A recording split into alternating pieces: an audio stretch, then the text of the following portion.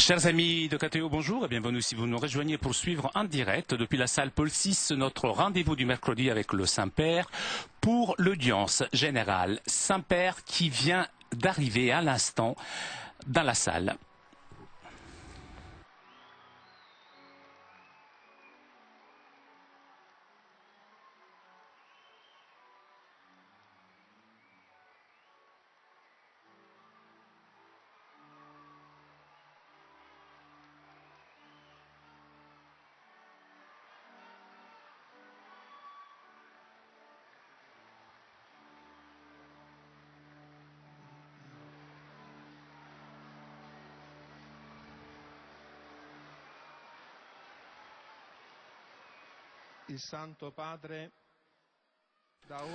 Le Saint-Père ouvre cette audience qui sera introduite par le signe de la croix et les salutations liturgiques.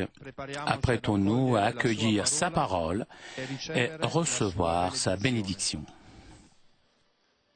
In nomine Patris et Filii et Spiritus Sancti.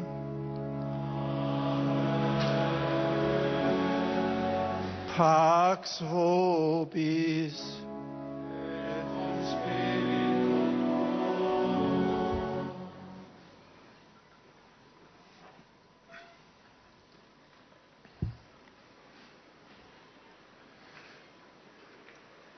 Dal Vangelo secondo Luca. In quel tempo Gesù disse: Se qualcuno vuole venire dietro a me, rinneghi se stesso, prenda la sua croce ogni giorno e mi segua. Chi vuole salvare la propria vita la perderà, ma chi perderà la propria vita per causa mia la salverà. Infatti, quale vantaggio ha un uomo che guadagna il mondo intero, ma perde o rovina se stesso? Parola del Signore.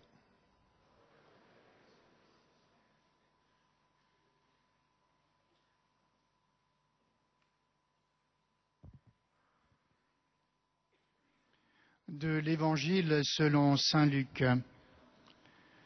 Jésus disait à ses disciples: Celui qui veut marcher à ma suite, qu'il renonce à lui-même, qu'il prenne sa croix chaque jour et qu'il me suive. Car celui qui veut sauver sa vie la perdra, mais celui qui perdra sa vie pour moi la sauvera. Quel avantage un homme aura-t-il à gagner le monde entier si c'est en se perdant lui-même et en le payant de sa propre existence? Parole du Seigneur.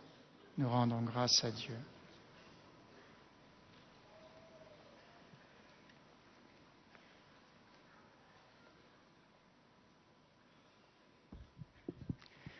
A reading from the Holy Gospel according to Luke. Jesus said to all, "If any man would come after me, let him deny himself and take up his cross daily and follow me.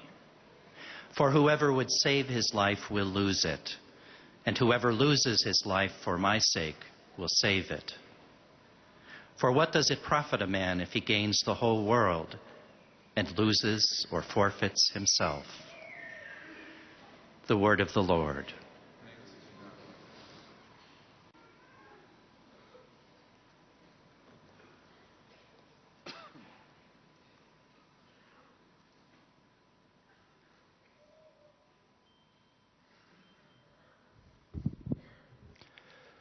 Aus dem Evangelium nach Lukas.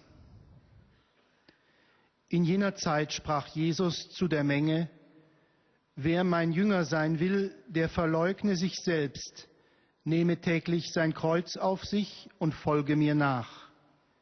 Denn wer sein Leben retten will, wird es verlieren. Wer aber sein Leben um meinetwillen verliert, der wird es retten. Was nützt es einem Menschen, wenn er die ganze Welt gewinnt, dabei aber sich selbst verliert und Schaden nimmt? Wort des lebendigen Gottes.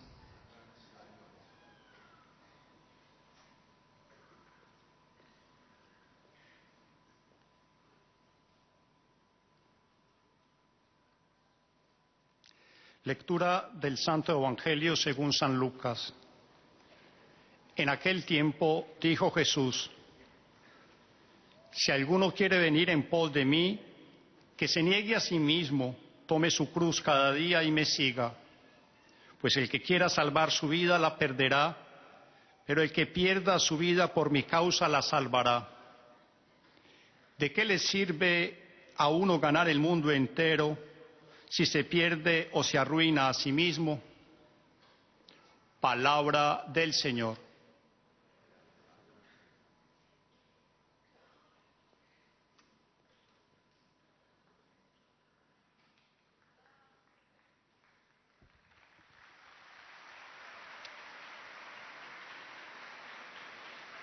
Leitura do Evangelho de São Lucas.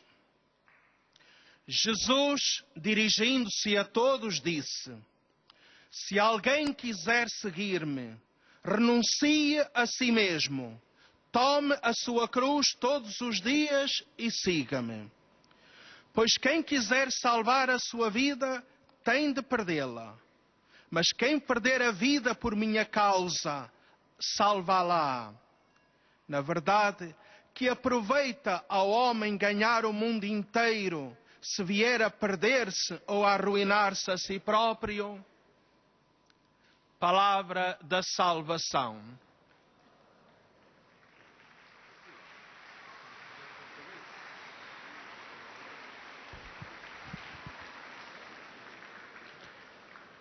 Z Ewangelii według świętego Łukasza.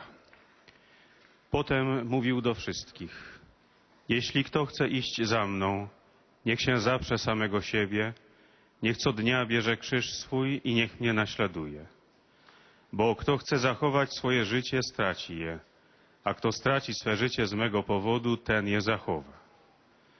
Bo cóż za korzyść ma człowiek, jeśli cały świat zyska, a siebie zatraci lub szkodę poniesie. Oto słowo Pańskie.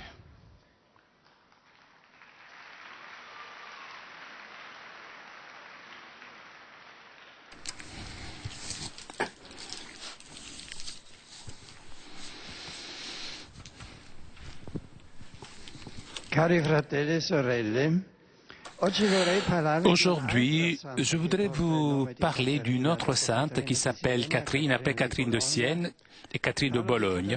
Il s'agit de Catherine de Gênes, connue surtout pour sa vision sur le purgatoire.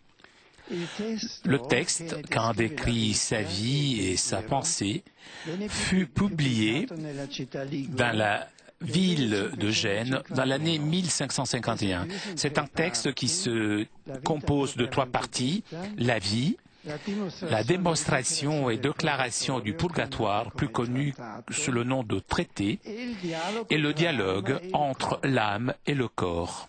Le rédacteur de ce texte fut le confesseur de Catherine, le prêtre Cattaneo Marabotto.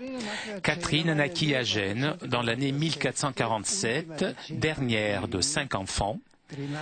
Elle fut orpheline de son père, Giacomo Fieschi, lorsqu'elle était encore très jeune. Sa mère, Francesca Di Negro, lui donna une bonne éducation chrétienne, au point que l'aînée de ses sœurs devint religieuse. À 16 ans, Catherine se maria avec Giuliano Adorno, un homme qui, après différentes expériences commerciales et militaires au Moyen-Orient, était rentré à Gênes pour se marier. Son mariage ne fut pas facile, même à cause du caractère de son mari qui s'adonnait au jeu du hasard. Catherine elle-même, au début, mena une vie mondaine dans laquelle, cependant, elle n'arriva pas à trouver la sérénité. Après 10 ans, dans son cœur, il y avait un sens profond de vide et d'amertume. Sa conversion commença le 20 mars 1473 grâce à une expérience assez particulière. S'étant rendu dans l'église de Saint-Benoît et dans le monastère de Notre-Dame des Grâces pour se confesser, et s'étant agenouillée devant le prêtre, elle reçut, comme elle-même dit, une blessure au cœur d'un amour immense de Dieu, avec une vision claire de ses misères, de ses défauts, et en même temps de la bonté de Dieu. Eh bien, cette vision la fit presque évanouir. Elle fut touchée par cette connaissance d'elle-même, de sa vie vide. De cette expérience naquit la décision qui orienta toute sa vie. Elle décida, je ne veux plus de ce monde, je ne veux plus pécher. Catherine alors s'enfuit, sans terminer sa confession. Une fois rentrée chez elle, elle rentra dans la pièce la plus cachée, elle pleura longuement. À ce moment, elle fut instruite intérieurement sous la prière. Elle prit connaissance de l'amour immense de Dieu vers elle, pécheresse, une expérience spirituelle qu'elle n'arrivait pas à exprimer avec des mots. Et à cette occasion, qu'il lui apparut le Jésus souffrant, avec sa croix, comme souvent il était représenté dans l'iconographie de la Sainte. Quelques jours après, elle retourna chez le prêtre pour faire enfin une bonne confession. Commença là donc cette vie de purification qui pendant longtemps lui fit éprouver une douleur constante à cause des péchés qu'elle avait commis et la poussa à s'imposer des pénitences et des sacrifices pour montrer à Dieu son amour. Dans ce chemin, Catherine s'approchait toujours plus au Seigneur, jusqu'à rentrer dans celle que l'on appelle la vie d'union, un rapport, c'est-à-dire d'union profonde avec lui, avec Dieu. Dans la vie, il est écrit que son âme était guidée et instruite intérieurement uniquement par l'amour de Dieu qui lui donnait tout ce dont elle avait besoin. Catherine s'abandonna totalement entre les mains du Seigneur et elle vécut pendant 25 ans, comme elle-même écrit, sans aucune autre créature, toute seule, uniquement avec Dieu qui l'avait instruite. Elle était nourrie surtout par la prière constante et par la communion qu'elle recevait chaque jour, chose qui n'était pas assez fréquente à son époque. Seulement quelques années plus tard, le Seigneur lui donna un prêtre qui prit cure de son âme. Catherine hésita toujours à manifester son expérience de communion mystique avec Dieu, surtout pour son humilité, cette humilité qu'elle éprouvait face aux grâces du Seigneur. Seulement la perspective de glorifier Dieu et de pouvoir profiter au chemin spirituel d'autres la poussa à raconter ce qu'elle se passait chez elle à partir du moment de sa conversion, qui est son expérience fondamentale. Le lieu de sa montée mystique fut l'hôpital de Pamantone, l'hôpital le plus grand de Gênes. Et elle en fut directrice et animatrice de cet hôpital. Et donc elle vit une vie active malgré cette profondeur de sa vie intérieure. Dans cet hôpital, elle forma autour d'elle un groupe de disciples, de collaborateurs qui étaient fascinés par sa vie de foi et par sa charité. Même son mari, Giuliano Adorno, fut conquis au point de quitter sa vie dissipée pour devenir tertiaire franciscain et de ménager donc dans cet hôpital pour aider sa femme. L'engagement de Catherine dans le soin des malades se réalisa jusqu'à la fin de son chemin terrestre, le 15 septembre 1510. De sa conversion à sa mort, il n'y eut pas d'événements extraordinaires, mais deux éléments marquèrent toute son existence. D'un côté, l'expérience mystique, c'est-à-dire l'union avec Dieu, ressentie comme une union conjugale, et de l'autre, l'assistance aux malades, l'organisation de l'hôpital, le service envers le prochain et tout particulièrement les plus nécessiteux et les abandonnés. Ces deux pôles, Dieu et le prochain, remplirent totalement sa vie, qui est passée pratiquement complètement à l'intérieur des murs de l'hôpital. Chers amis, nous ne devons jamais oublier que plus nous aimons Dieu et plus nous sommes constants dans la prière, et bien plus nous arriverons à aimer vraiment ceux qui sont proches de nous. Parce que nous serons capables de voir chaque personne le visage du Seigneur qui aime sans limite, sans distinction. La mystique ne crée pas la distance de l'autre, ce n'est pas une vie abstraite, mais la mystique nous approche de l'autre parce que nous commençons à voir et agir avec les yeux et le cœur de Dieu. La pensée de Catherine sur le purgatoire, pensée pour laquelle elle est particulièrement connue, est condensée dans les deux dernières parties de son livre, le traité sur le purgatoire et le dialogue entre l'âme et le corps. Il est important de remarquer que Catherine, dans son expérience mystique, n'a jamais eu de révélation spécifique sur le purgatoire ou sur les âmes qui s'y purifient. Toutefois, dans ses écrits, c'est un élément central et la façon de la décrire a des caractéristiques particulières par rapport à son époque. Le premier traité concerne le lieu de la purification des âmes. À son époque, il était représenté principalement en faisant recours à des images liées à l'espace. On pensait à un espace où il y aurait donc le purgatoire. Chez Catherine, en revanche, le purgatoire n'est pas présenté comme un élément du paysage du ventre de la terre. C'est un feu. C'est un feu qui n'est pas extérieur, mais intérieur. Voilà, le purgatoire, c'est un feu intérieur. La sainte parle du chemin de purification de l'âme vers la communion pleine avec Dieu, partant de sa propre expérience de douleur pour les péchés commis par rapport à l'amour infini de Dieu. Nous avons entendu de ce moment de la conversion où elle ressent la bonté de Dieu et la distance de sa vie par rapport à cette bonté. C'est un feu qui brûle à l'intérieur. Voilà le feu qui purifie, c'est le purgatoire.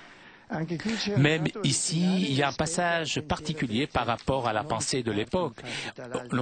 En effet, on ne parle pas de l'au-delà pour raconter les tourments des purgatoires, comme on fait peut-être encore aujourd'hui, et pour montrer ensuite le chemin pour la purification à la conversion, mais on part de l'expérience propre intérieure de sa vie vers l'éternité.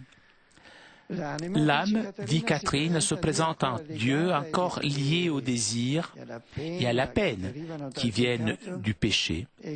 Et cela lui rend à l'âme impossible de pouvoir profiter de la vision de Dieu. Catherine affirme que Dieu est tellement pur et saint que l'âme tachée du péché ne peut pas se trouver en présence de la divine majesté. Et nous aussi, nous sommes éloignés, pleins de choses, et nous ne pouvons pas voir Dieu. L'âme est consciente de l'amour immense et de la justice parfaite de Dieu. Par conséquent, elle souffre de ne pas avoir répondu de façon parfaite à cet amour. Et c'est justement l'amour lui-même de Dieu qui devient flamme. L'amour purifie l'âme. Purifie l'âme du péché. Chez Catherine, on aperçoit la présence de sources théologiques et mystiques à laquelle il était normal de puiser à son époque. Tout particulièrement, on trouve une image typique de Dionyse Aréopagite, celle, c'est-à-dire du fil d'or qui relie le cœur humain avec Dieu lui-même. Lorsque Dieu a purifié l'homme et le lie avec un fil d'or très subtil qui est son amour, il l'attire vers lui avec un effet si grand que l'homme est comme dépassé et vaincu. De même, le corps de l'homme est envahi par l'amour de Dieu, qui devient l'unique guide, l'unique moteur de son existence.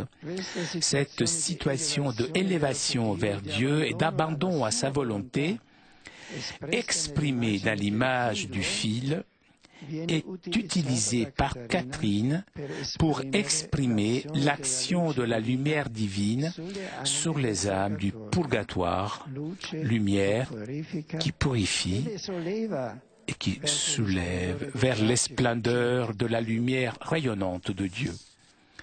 Chers amis, les saints, dans leur expérience d'union avec Dieu, atteignent un savoir si profond des mystères divins et d'amour. Et avec ce savoir, les saints peuvent aider les théologiens eux-mêmes dans leur engagement d'étude d'intelligentsia fidei dans les mystères de la foi.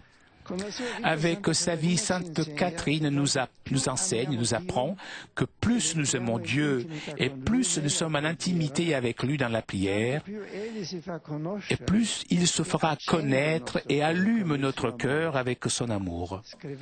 En écrivant sur le purgatoire, la Sainte nous rappelle une vérité fondamentale de la foi qui devient pour nous invitation à prier pour nos défunts afin qu'ils puissent arriver à la vision de Dieu dans la communion des saints.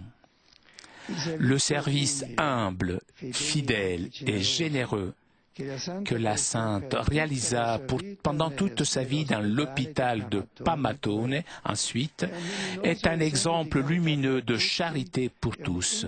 C'est un encourant, et tout particulièrement pour les femmes, qui donnent une contribution fondamentale à la société et à l'Église, avec leur œuvre précieuse, enrichie par leur sensibilité et par l'attention envers les plus pauvres et les plus nécessiteux.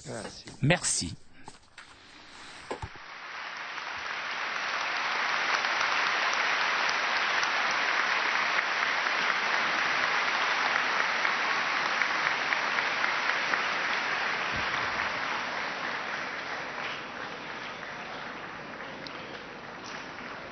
Très Saint-Père, les pèlerins individuels et les familles de langue française venus des pays francophones, donc d'Europe, d'Afrique, d'Amérique, d'Asie et d'Océanie, sont heureux de vous exprimer leurs sentiments respectueux et leur filial attachement.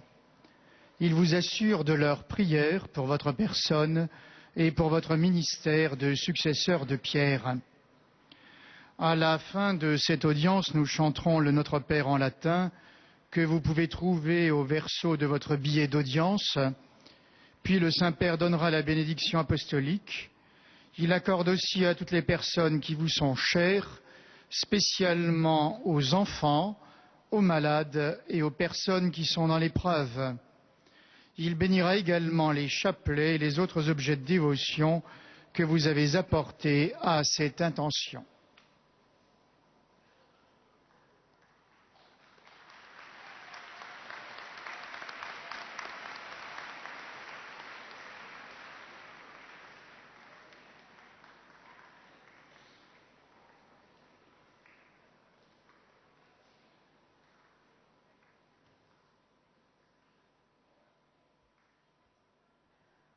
Chers frères et sœurs, née en 1447, Catherine de Gênes fit une expérience de conversion étonnante. Mariée à 16 ans avec un homme qui s'adonnait au jeu d'hasard et insatisfaite du type de vie mondain qui était le sien, elle éprouvait vide et amertume en son cœur. Se rendant un jour à l'église pour se confesser, elle reçut alors une blessure au cœur d'un immense amour de Dieu, qui lui montra à la fois ses misères et la bonté de Dieu. Immédiatement, elle décida de fuir le péché et le monde. Pendant 25 années, elle vécut instruite intérieurement par le seul amour du Seigneur et nourrie par la prière constante et la communion quotidienne. Elle se dévoua au service des malades de l'hôpital de Pamaton qu'elle dirigea. Au cours de sa vie toute centrée sur Dieu et sur le prochain, Catherine reçut une connaissance particulière du purgatoire qu'elle décrit comme un feu non extérieur mais intérieur sur le chemin de la pleine communion avec Dieu. Devant l'amour de Dieu, l'âme fait une expérience de profonde douleur pour les péchés commis, alors qu'elle est liée par le désir et la peine du péché qui la rendent incapable de jouir de la vision de Dieu. Il s'agit en effet d'obtenir la sainteté nécessaire pour entrer dans la joie du ciel. Parmi les saints, dans leur expérience d'union à Dieu, atteignent un savoir si profond des mystères divins qu'ils sont d'une aide pour tous et pour les théologiens dans la recherche de l'intelligence de la foi. Je salue cordialement les pèlerins francophones présents à cette audience. Puissiez-vous, avec Sainte Catherine de Gênes, découvrir que l'amour de Dieu est comme un fil d'or unissant notre cœur à Dieu lui-même. Avec ma bénédiction apostolique.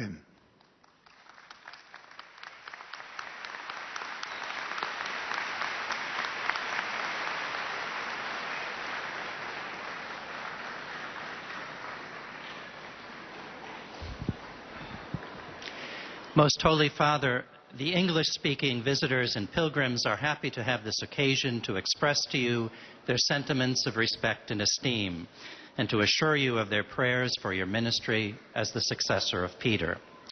Among those present today are the following groups. From Finland, a group of pilgrims from Praetile. From Malta, members of the Sovereign Military Order of Malta.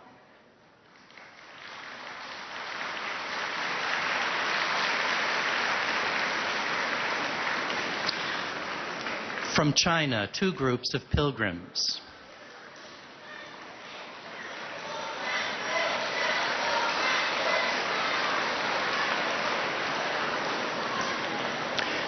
Also a pilgrimage group from Indonesia. From the United States of America, students from the Anglican Theological Seminary in Alexandria, Virginia.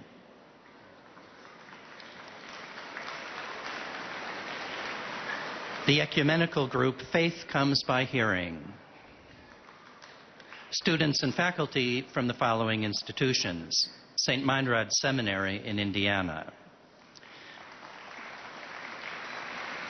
the University of Delaware in Newark, Delaware, St. Catherine's University in St. Paul, Minnesota, St. Thomas University also in St. Paul, Minnesota, the University of Montana in Missoula, Montana, Stony Brook University, Long Island, New York,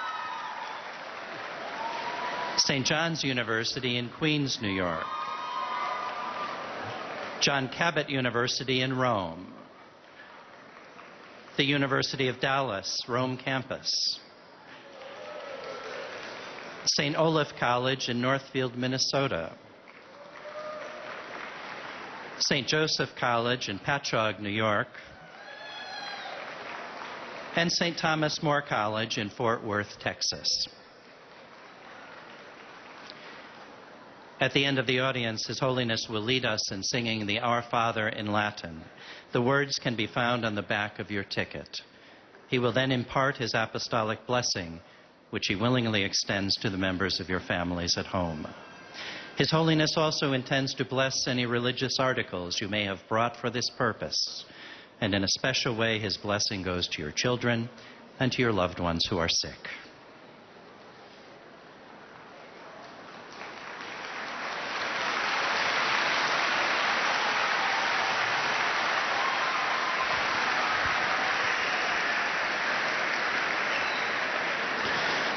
Dear brothers and sisters, our catechesis today deals with St. Catherine of Genoa, a 15th century saint best known for her vision of purgatory. Married at an early age, some 10 years later, Catherine had a powerful experience of conversion. Jesus, carrying his cross, appeared to her, revealing both her own sinfulness and God's immense love. A woman of great humility, she combined constant prayer and mystical union with a life of charitable service to those in need, above all in her work as the director of the largest hospital in Genoa. Catherine's writings on purgatory contain no specific revelations, but convey her understanding of purgatory as an interior fire purifying the soul in preparation for full communion with God. Conscious of God's infinite love and justice, the soul is pained by its inadequate response, even as the divine love purifies it from the remnants of sin. To describe this purifying power of God's love, Catherine uses the image of a golden chain, which draws the soul to abandon itself to the divine will. By her life and teachings, St. Catherine of Genoa reminds us of the importance of prayer for the faithful departed, and invites us to devote ourselves more fully to prayer and to works of practical charity. I am pleased to greet the many university students present to this audience, upon all things speaking pilgrims and visitors, especially those from Finland, Malta, China, Indonesia, and the United States of America. I accord and invoke God's blessings of joy and peace.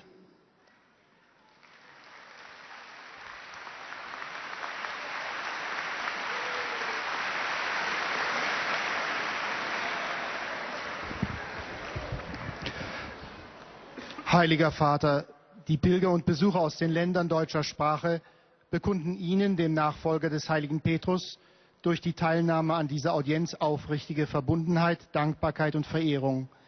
Sie versichern Sie zugleich Ihres besonderen Gebetsgedenkens für Ihren apostolischen Dienst als Hirte der universalen Kirche.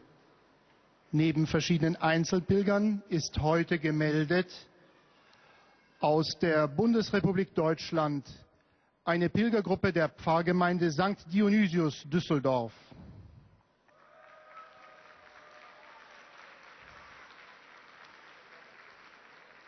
Zum Abschluss dieser Audienz singen wir gemeinsam das Vaterunser in lateinischer Sprache. Der Text befindet sich auf der Rückseite der Einlasskarten. Danach wird der Heilige Vater allen Anwesenden den apostolischen Segen erteilen. Gern schließt er darin ihre Angehörigen ein, besonders die Kranken und die Kinder. Zugleich segnet er auch die Rosenkränze und die übrigen Andachtsgegenstände, die sie dafür mitgebracht haben.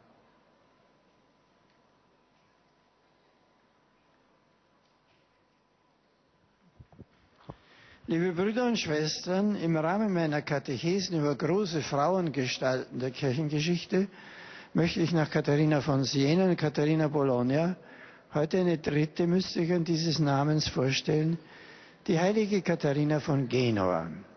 Sie wurde 1447 als jüngstes von 5 Kindern einer Adelsfamilie geboren und bereits im Alter von 16 Jahren mit einem von ihren Eltern ausgesuchten Adligen verheiratet, einem unbeherrschten und leichtlebigen Mann, der ihr das Eheleben nicht einfach machte. Nach etwa 10 Jahren, in denen sie versuchte, sich auf den vornehmen, oberflächlichen Lebensstil ihres Mannes einzulassen, hatte sie bei einer Beichte ein tiefes Bekehrungserlebnis. Sie spürte plötzlich wie eine brennende Flamme in sich das Ungenügen dieses Lebens, die Güte Gottes und ihre Nachlässigkeit, ihre Armseligkeit, die Leere ihres Herzens dem gegenüber. So ist ein Strahl der Liebe Gottes in ihre Seele eingedrungen. Im Moment konnte sie gar nicht beichten. Sie ging wieder nach Hause und weinte. Nach ein paar Tagen kam sie dann und war dazu fähig, sozusagen einen Strich durch ihr Leben zu ziehen und hat dann die Parole sich selbst gegeben: nicht mehr Mondänität und nicht mehr Sünde. Katharine führte dann ein Leben der Buße und des Gebetes. Sie widmete sich den Kranken und wurde Chefin des größten Krankenhauses von Genua, Pamatone. Schließlich hat auch ihr Ehemann sich bekehrt. Sie hat ihn nach sich gezogen und hat als Franziskaner Tertiar in diesem Krankenhaus bei der Krankenpflege mitgeholfen. Katharina starb schließlich im Jahre 1510 in ihrer Heimatstadt. So gibt uns diese Heilige ein weiteres Beispiel für den tiefen Zusammenhang zwischen einem großen, lebhaften Gebetsleben und der Liebe zum Nächsten. Dass inwendiges Einssein mit Gott nicht Absonderung bedeutet, sondern es erst zum Nächsten führt und die wirkliche Gemeinschaft mit dem Nächsten eröffnet, uns offen macht für den vor allen Dingen, um den sich andere nicht kümmern und der uns braucht. Eine weitere Folge der mystischen Gemeinschaft mit Gott ist die tiefe Gemeinschaft der geistlichen Wirklichkeiten. So hat Katharina eine tiefe Einsicht über das erlangt, was Fegfeuer ist. Sie meinte nicht, dass das ein bestimmter Ort sei und meinte nicht, dass man dort mit ausgesuchten Qualen gequält wird, sondern sie hat erkannt, Fegfeuer ist eben diese Flamme des inneren Ungenügens und einer neuen Liebe, die uns inwendig trifft und uns umwandelt und erneuert. Es ist die inwendige Berührtheit von der Liebe Gottes, der wir nicht genügen, die zur Flamme wird und uns selbst umformt, oder wie sie dann auch sagt, zu einer goldenen Schnur, mit der Gott uns zu sich heraufzieht. Gottes Liebe und Nächstenliebe gehören immer zueinander. Katharina von Genua ist ein Beispiel dafür, wie das Näherkommen an Gott zugleich das Eintauchen in die Liebe zum Nächsten ist. Von Herzen grüße ich alle Pilger deutscher Sprache. Die Heiligen sind immer zuerst große Beter. Sie leben uns diese Weggemeinschaft mit Christus vor und helfen uns, dass wir immer neu beten lernen im Mitbeten der Kirche und vom Beten her dann richtig leben lernen. Gottes Geist geleite euch auf allen euren Wegen.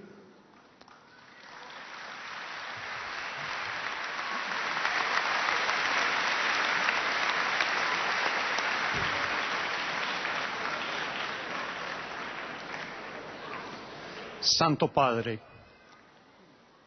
los visitantes y peregrinos de lengua española que participan en esta audiencia desean manifestarle cordialmente sus sentimientos de filial afecto que acompañan con sus fervientes oraciones por vuestras intenciones de pastor de toda la Iglesia. Además de pequeños grupos familiares venidos de España y Latinoamérica, están aquí presentes de España, miembros de la Hermandad y Cofradía de Nazarenos del Santísimo Cristo de la Vera Cruz de Sevilla.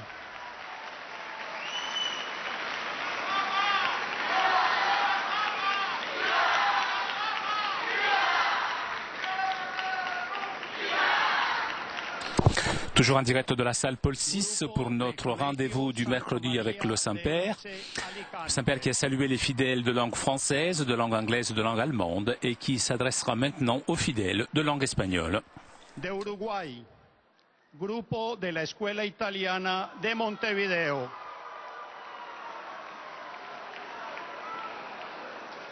De México, grupo de peregrinos. Al final de la audiencia se cantará el Padre Nuestro en latín. Después, el Santo Padre impartirá a todos los presentes la bendición apostólica que extiende complacido a sus familiares, especialmente a los niños, a los enfermos y a cuantos sufren. Bendice también los rosarios y objetos de devoción que los peregrinos llevan consigo.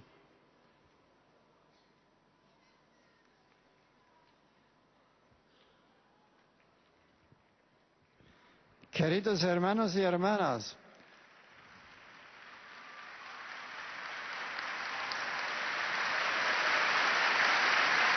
Muchas gracias. La catequesis de hoy está dedicada a Santa Catalina de Génova, que vivió entre 1440 y 1510. Recibió en su hogar una buena educación cristiana. Dada en matrimonio a los 16 años, su vida matrimonial no fue fácil. Catalina al principio lleva una existencia mundana que le causó un profundo sentido de vacío y amargura. Tras una particular experiencia espiritual en la que ve con claridad sus miserios y sus defectos, al mismo tiempo que la bondad de Dios, nace la decisión de cambiar de vida. No más el mundo, no más pecado, iniciando un camino de purificación y de comunión mística con Dios. Dos elementos caracterizan toda su existencia: la unión íntima con el Señor, percibida como una unión esponsal, y el servicio al prójimo, especialmente a los más necesitados y abandonados. El pensamiento de Catalina sobre el purgatorio, por el cual es particularmente conocida, está condensado en el Tratado sobre el Purgatorio y el diálogo entre el alma y el cuerpo.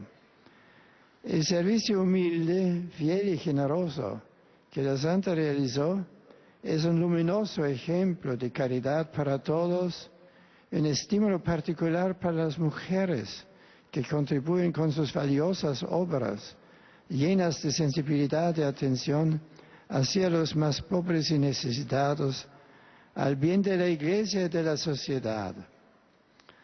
Saludo cordialmente a los peregrinos de lengua española, en particular a los grupos provenientes de España, Uruguay y México y otros países latinoamericanos.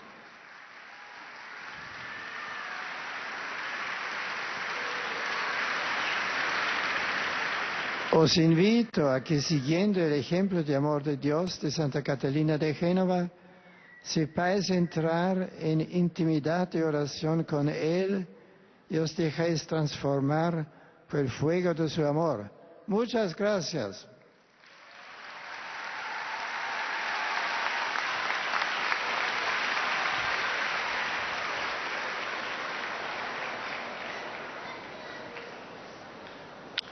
Santo Padre. C'est au tour maintenant des fidèles de langue portugaise de saluer le Saint-Père. Testemunham a vossa santidade sentimentos de gratidão e afeto filial que acompanham com as suas orações pelas vossas intenções universais de pastor da Igreja. Além das pessoas e famílias vindas por conta própria, participa nesta audiência um grupo numeroso de juristas brasileiros.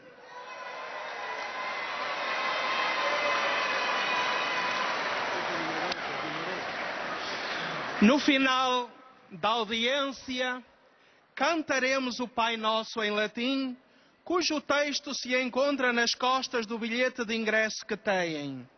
Depois, o Santo Padre concederá a todos os presentes a bênção apostólica, extensiva aos seus familiares, especialmente aos doentes e às crianças. Abençoará igualmente todas as lembranças e objetos religiosos que os peregrinos tenham consigo.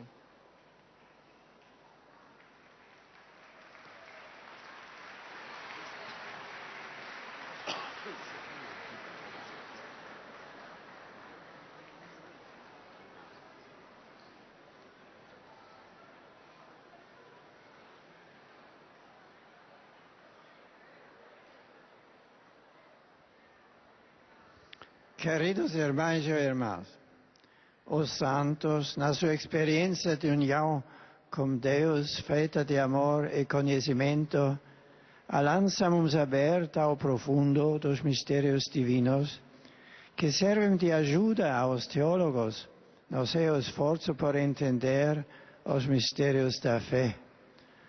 Um exemplo disto é Santa Catarina de Gênova, conhecida sobretudo pela sua explicação do purgatório.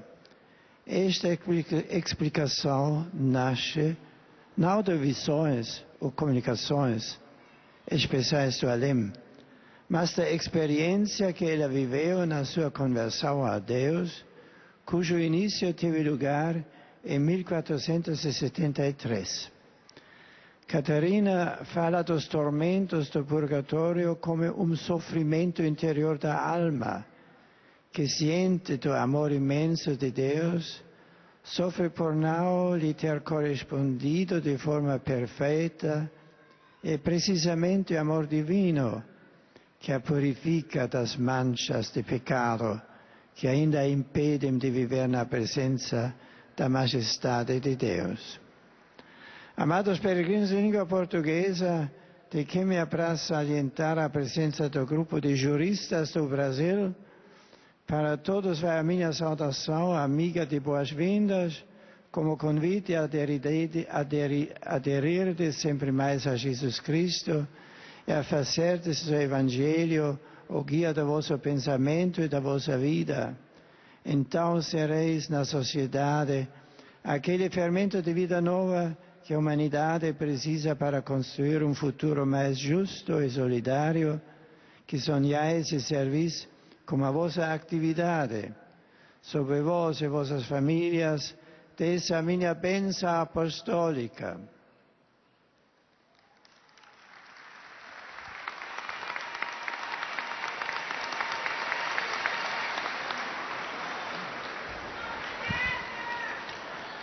Ojcze Święty, pielgrzymi z Polski i z innych krajów. Et nous arrivons maintenant aux salutations des fidèles polonais.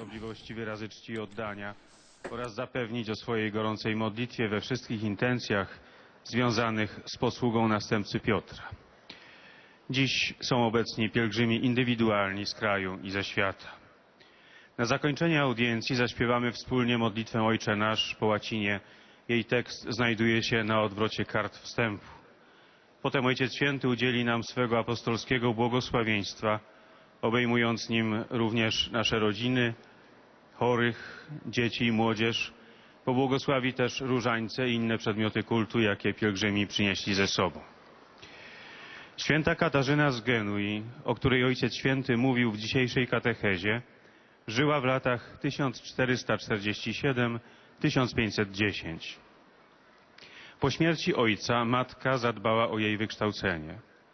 Gdy miała lat 16, została wydana za mąż i prowadziła raczej światowe życie. W roku 1473 przy okazji spowiedzi doznała widzenia. Ukazał się jej Jezus dźwigający krzyż za grzeszników. Wraz z tą wizją doświadczyła nieskończonej miłości Boga i poczucia własnej niegodności. Taki był początek jej drogi oczyszczenia, która doprowadziła ją do głębokiego, mistycznego zjednoczenia z Bogiem. Tę jedność w miłości podtrzymywała przez wytrwałą modlitwę i codzienną komunię świętą. W praktyce codziennego życia realizowała ją jako dyrektorka największego w Genui szpitala, oddając się posłudze chorym i formując grupę naśladowców zafascynowanych jej życiem wiary. W pismach świętej Katarzyny z Genui znajdujemy oryginalne, jak na jej czasy, nauczanie na temat czyśćca. Nie umieszcza go w jakiejś nadziemskiej przestrzeni, ale określa jako wewnętrzną drogę oczyszczenia duszy ku pełnemu zjednoczeniu z Bogiem. Dusza staje wobec Boga, Jego czystości i świętości, zdaje sobie sprawę z Jego nieskończonej miłości i sprawiedliwości i cierpi z tego powodu, że na tę miłość nie odpowiadała w sposób doskonały i nie może stanąć w obecności jej majestatu. Ta sama jednak miłość Boga oczyszcza ją ze zmaz grzechu.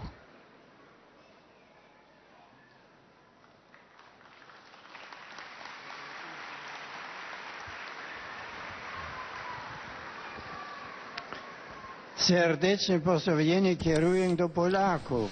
J'adresse mes salutations cordiales aux pèlerins polonais. Sainte Catherine de Gênes nous apprend que si nous aimons le Dieu et nous sommes constants dans la prière, nous pourrons aimer ceux qui sont proches de nous, puisque nous découvrons chez eux, dans leur visage, le visage du Christ qui nous aime sans limite.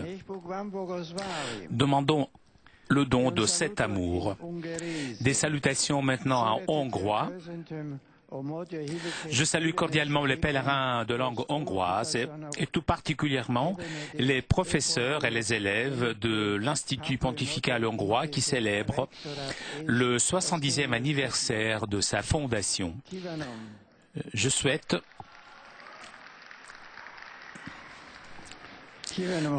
que votre institution puisse servir encore pendant longtemps l'Église qui est en Hongrie. Szívesen odom apostoli áldásomot, kedves, mint anyatokra.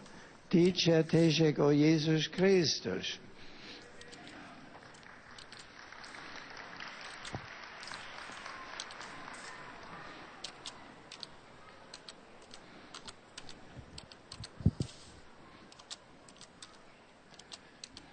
Beatissimo Padre, i pellegrini di lingua italiana presenti a questa udienza vi esprimono la loro sincera Et nous arrivons maintenant aux salutations des fidèles de langue italienne. E l'accompagnano con fervide preghiere al Signore per tutte le intenzioni del vostro universale ministero apostolico.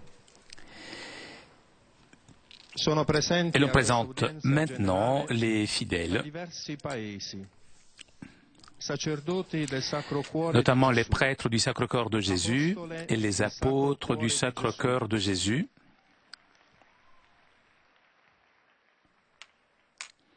dall'Italia, et l'on présente maintenant les fidèles venus de la péninsule italienne. Pietro e Paolo in Carmagnola, Santa Maria dell'Umiltà in Prato, Santa Maria delle Grazie in Melito di Napoli, San Sebastiano in Sarno, San Nicola di Bari in Portigliola, San Giovanni Battista in Bugerru,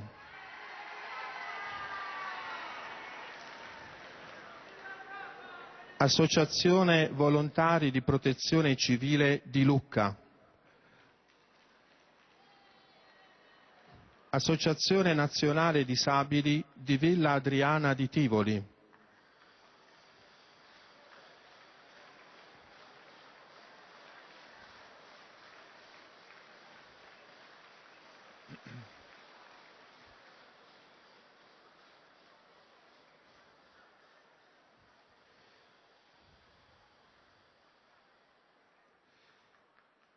Villaggio Eugenio Litta di Grottaferrata, Ditta Termoidraulica Stella di Trieste,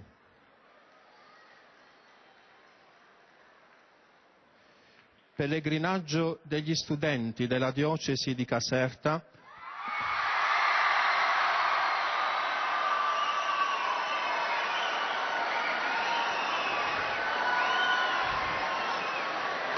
con il vescovo Pietro Farina.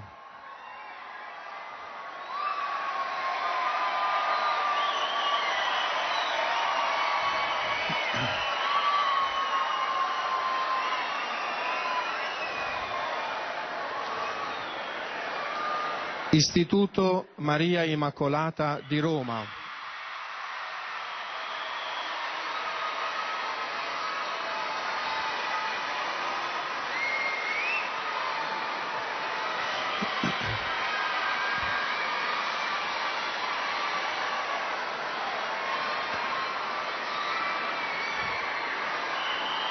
Circolo didattico di Ardea Tor San Lorenzo.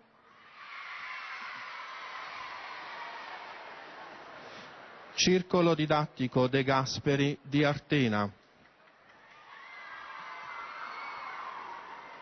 Istituto Manzi di Civitavecchia.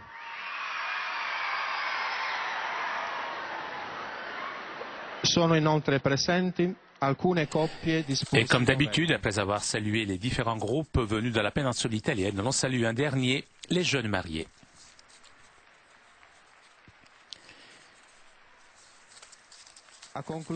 Et on le rappelle aussi aux fidèles des langues italiennes qu'à la fin de cette audience, l'on chantera le Notre Père en latin.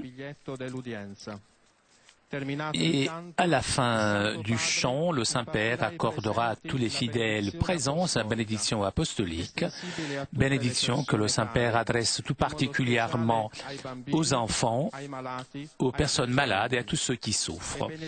Et le Saint-Père bénira aussi les chapelets et les objets de dévotion que les fidèles auront apportés avec eux.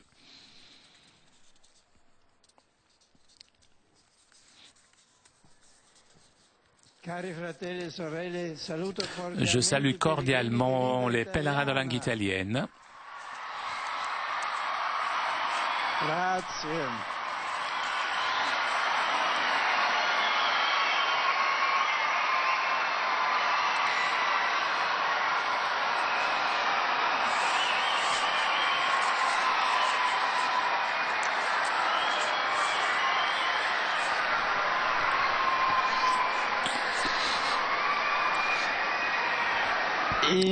Je salue tout particulièrement les prêtres du Sacre-Cœur de Jésus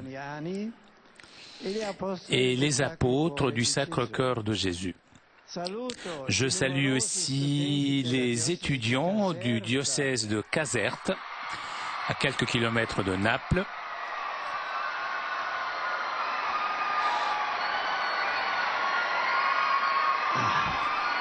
Accompagné de l'évêque Monseigneur Pietro Farina, les élèves de l'Institut Marie Immaculée de Rome,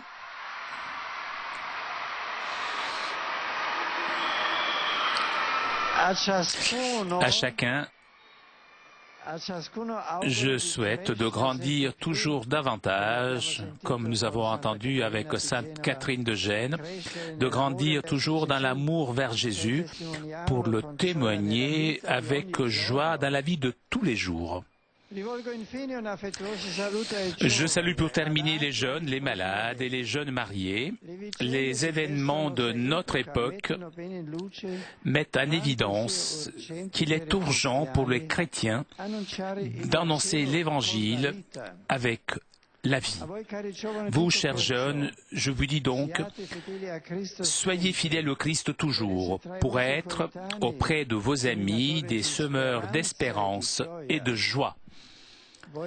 Vous, chers malades, n'ayez pas peur d'offrir sur l'autel du Christ la valeur incalculable de vos souffrances au profit de l'Église et du monde. Et pour terminer, vous, chers jeunes mariés, je vous souhaite de faire de votre famille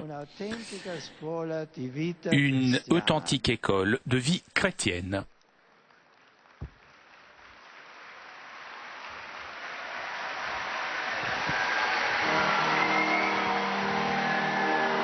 Pater noster, qui es in celis, sanctificetur nomen tuum, adveniat regnum tuum, fiat voluntas tua, sicut in cielo et in terra. Panem nostrum quotidianum da nobis hodie, et dimitte nobis debita nostra, sicut et nos dimittimus debitoribus nostris, et ne nos inducas in tentationem, sed nos a malo. Sit nomen Domini benedictum, et modulecusque in seculum, adiutorium nostrum in nomine Domini, qui fecit celum et terra, benedicat vos omnipotens Deus, Pater et Filius et Spiritus Sanctus.